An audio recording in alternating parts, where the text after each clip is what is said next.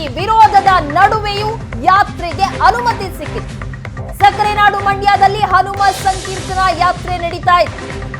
ಶ್ರೀರಂಗಪಟ್ಟಣದಲ್ಲಿ ಹನುಮ ಸಂಕೀರ್ತನಾ ಯಾತ್ರೆಗೆ ವಿರೋಧ ಇತ್ತು. ಈ ವಿರೋಧದ ನಡುವೆಯೂ ಸಹ ಜಿಲ್ಲಾಡಳಿತ ಅನುಮತಿಯನ್ನ ಕೊಟ್ಟಿದೆ. ಕೋಟೆ ನಾಡು ಕೇಸರಿಮಯವಾಗಿದ್ದು ಕೇಸರಿ ಬಾವುಟಗಳು ರಾರಾಜಿಸ್ತಾ ಇವೆ. ನೀವು ಪೋಷಕರಾಗಲು ಕಾಯುತ್ತಿದ್ದೀರಾ? ಚಿಂತಿಸದಿರಿ. ಓಯಾಸಿಸ್ ಫರ್ಟಿಲಿಟಿ 90,000 ದಂಪತಿಗಳ ಜೀವನದಲ್ಲಿ ಸಂತೋಷವನ್ನು ತಂದಿದೆ. 7825893601ಗೆ ಕರೆ ಮಾಡಿ. ಅತ್ಯದ್ಭುತ ರಿಯಾಯಿತಿ ಪಡೆಯಿರಿ ಹಾಗೂ ಎಲ್ಲರಿಗೂ ಗುಡ್ ನ್ಯೂಸ್ ಕೊಡಿ. ಮಸೀದಿ ಜಾಗದಲ್ಲಿ ಮತ್ತೆ ಹನುಮ ಮಂದಿರ ನಿರ್ಮಾಣದ ಸಂಕಲ್ಪವನ್ನ ಮಾಡಲಾಗಿದೆ.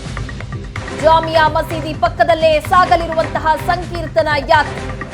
ಈ ಯಾತ್ರೆಗೆ ವಿರೋಧ ಇತ್ತು. ಈ ವಿರೋಧದ ನಡುವೆ ಜಿಲ್ಲಾಡಳಿತ ಅವಕಾಶವನ್ನ ಮಾಡಿಕೊಟ್ಟಿದೆ ಸಂಕೀರ್ತನಾ ಯಾತ್ರೆಗೆ. ಜಾಮಿಯಾ ಮಸೀದಿ ಪಕ್ಕದಲ್ಲೇ ಸಂಕೀರ್ತನಾ ಯಾತ್ರೆ ಸಾಗಲಿದೆ. ಸಾವಿರಾರು ಹನುಮ ಭಕ್ತರು ಹಾಗೆ ಕಾರ್ಯಕರ್ತರು ಈ ಯಾತ್ರೆಯಲ್ಲಿ ಭಾಗಿಯಾಗ್ತಾರೆ. ಯಾತ್ರೆಗೂ ಮುನ್ನ ನಿಮಿಷಾಂಬ ದೇಗುಲದ ಆವರಣದಲ್ಲಿ ಕಾರ್ಯಕ್ರಮವನ್ನ ನಡೆಸಲಾಗುತ್ತೆ. ದಿಕ್ಸೂಚಿ ಭಾಷಣ ಮಾಡಲಿರುವ ಹಿಂದುತ್ವವಾದಿ ಕಲ್ಲಡ್ಕ ಪ್ರಭಾಕರ್ ಭಟ್. ಸುಮಾರು 3 ಕಿಲೋಮೀಟರ್ ಹನುಮ ಮೂರ್ತಿಯ ಜೊತೆಗೆ ಮೆರವಣಿಗೆಯನ್ನ ಮಾಡಲಾಗುತ್ತೆ. ಯಾತ್ರೆಗೂ ಮುನ್ನ ನೇಮಿಷಾಂಬ ದೇಗುಲದ ಆವರಣದಲ್ಲಿ ಕಾರ್ಯಕ್ರಮ ಇರುತ್ತೆ. ದಿಕ್ಸೂಚಿ ಭಾಷಣವನ್ನ ಇವತ್ತು ಹಿಂದುತ್ವವಾದಿ ಕಲ್ಲಡ್ಕ ಪ್ರಭಾಕರ್ ಭಟ್ ಅವರು ಮಾಡ್ತಾರೆ. ನೇಮಿಷಾಂಬ ದೇಗುಲದ ಬಳಿ ಮಧ್ಯಾಹ್ನ 12 ಗಂಟೆಗೆ ಯಾತ್ರೆಗೆ ಚಾಲನೆಯನ್ನ ನೀಡಲಾಗುತ್ತೆ. ಈಗಾಗಲೇ ಸಕಲ ಸಿದ್ಧತೆಗಳಾಗಿದೆ.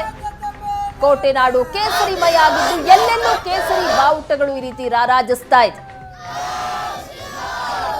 ಜಾಮಿಯಾ ಮಸೀದಿ ಪಕ್ಕದಲ್ಲೇ ಸಂಕೀರ್ತನಾ ಯಾತ್ರೆ ಸಾಗುತ್ತೆ.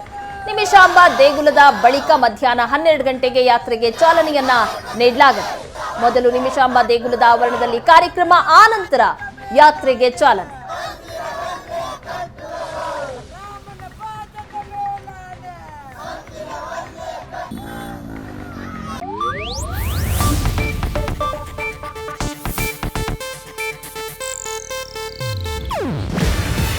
ಇದು ಏಷ್ಯಾನೆಟ್ ನ್ಯೂಸ್ ನೆಟ್ವರ್ಕ್ ಪ್ರಸ್ತುತಿ.